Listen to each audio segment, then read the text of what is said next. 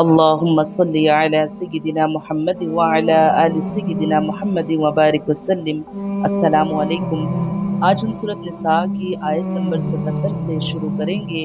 الم تر الی الذین قیل لهم کوفوا ایدیکم واقیموا الصلاة وآتوا الزکاة فلما كتب علیہم القتال اذا فریق منهم یخشون الناس كخشیۃ اللہ او اشد خشیہ وقالوا ربنا لما كتبت علينا القتال لولا أخرتنا إلى أجل قريب قل متاع الدنيا قليل والآخرة خير لمن اتقى ولا تظلمون فتیلا۔ کیا تم نے انہیں نہیں دیکھا جنہیں حکم کیا گیا تھا کہ اپنے ہاتھوں کو روکے رکھو اور نمازیں پڑھتے رہو اور زکوٰۃ ادا کرتے رہو، پھر جب انہیں جہاد کا حکم دیا گیا تو اسی وقت ان کی ایک جماعت لوگوں سے اس قدر ڈرنے لگی جیسے اللہ تعالیٰ کا ڈر ہو، بلکہ اس سے بھی زیادہ، اور کہنے لگے اے ہمارے رب، تو نے ہم پر جہاد کیوں فرض کر دیا؟ کیوں ہمیں تھوڑی سی زندگی اور نہ جینے دی؟ آپ کہہ دیجئے کہ دنیا کی سود مندی تو بہت ہی کم ہے اور پرہیزگاروں کے لیے تو آخرت ہی بہتر ہے، اور تم پر ایک دھاگے کے برابر بھی ستم روا نہ رکھا جائے گا۔ مکہ مکرمہ میں جب مسلمان کفار کے سخت ظلم و ستم کا سامنا کر رہے تھے، اس وقت بہت سے حضرات کے دل میں یہ جذبہ پیدا ہوا کہ وہ ان کافروں سے انتقام لینے کے لیے جنگ کریں، لیکن اس وقت اللہ تعالیٰ کی طرف سے جہاد کا حکم نہیں آیا تھا، اور اللہ تعالیٰ کی طرف سے مسلمانوں کی مصلحت اسی میں تھی کہ وہ صبر و ضبط کی بھٹی سے گزر کر اعلیٰ اخلاق سے آراستہ ہوں، اور پھر جہاد کریں تو وہ محض ذاتی انتقام کے جذبے سے نہ ہو بلکہ اللہ کی رضا کی خاطر ہو۔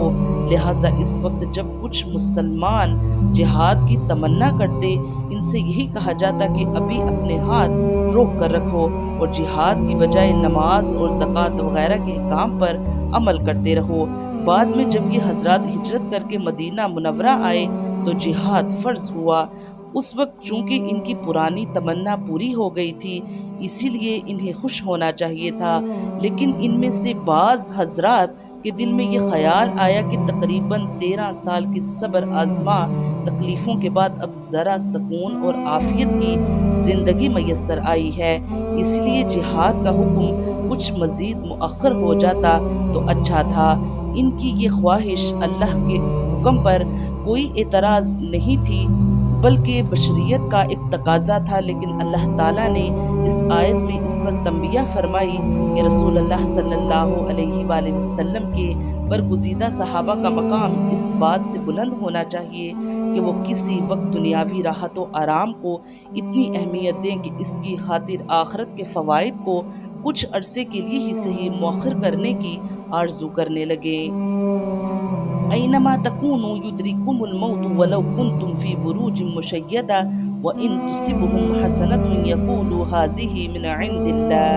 وَإِن تُصِبْهُمْ سَيِّئَةٌ يَقُولُوا هَٰذِهِ مِنْ عِنْدِكَ قُلْ كُلٌّ مِنْ عِنْدِ اللَّهِ فَمَا لِهَٰؤُلَاءِ الْقَوْمِ لَا يَكَادُونَ يَفْقَهُونَ حَدِيثًا۔ تم جہاں کہیں بھی ہو، موت تمہیں آ پکڑے گی،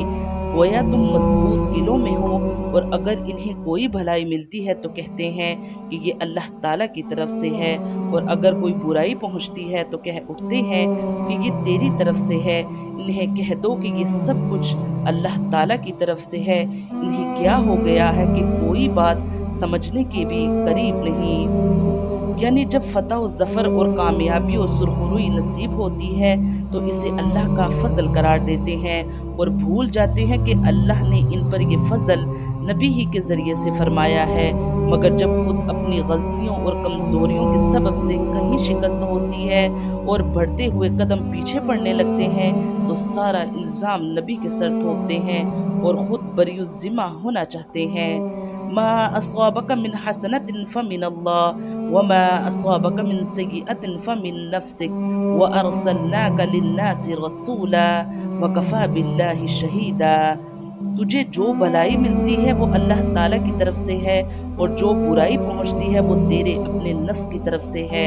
ہم نے تجھے تمام لوگوں کو پیغام پہنچانے والا بنا کر بھیجا ہے، اور اللہ تعالیٰ گواہ کافی ہے۔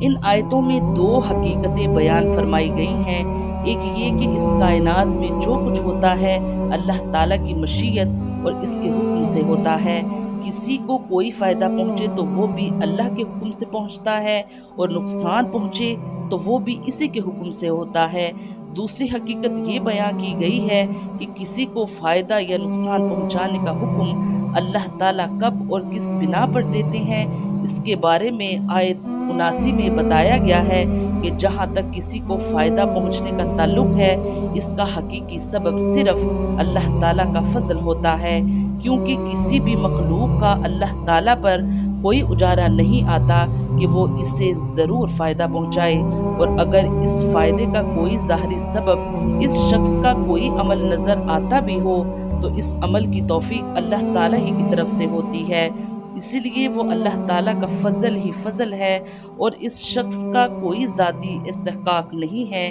دوسری طرف اگر انسان کو کوئی نقصان پہنچے تو اگرچہ وہ بھی اللہ تعالیٰ کے حکم ہی سے ہوتا ہے، لیکن اللہ تعالیٰ یہ حکم اسی وقت فرماتے ہیں جب اس شخص نے اپنے اختیاری عمل سے کوئی غلطی کی ہو۔ اب منافقین کا معاملہ یہ تھا کہ جب انہیں کوئی فائدہ پہنچتا تو اس کو تو اللہ تعالیٰ کی طرف منسوب کرتے، لیکن کوئی نقصان ہو جاتا تو اسے آن حضرت صلی اللہ علیہ وآلہ وسلم کے ذمہ لگا دیتے۔